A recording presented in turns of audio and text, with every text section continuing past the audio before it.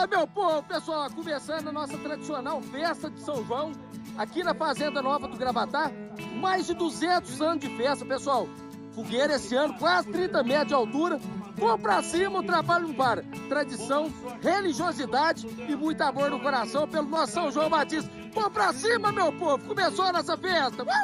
Isso aí, pedação.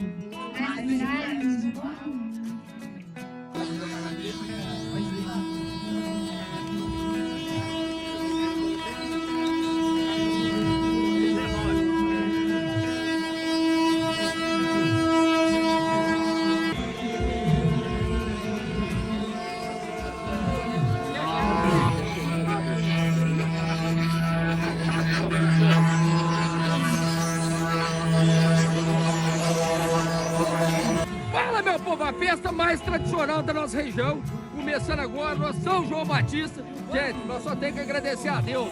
Deus é bom demais e vem comigo, bora!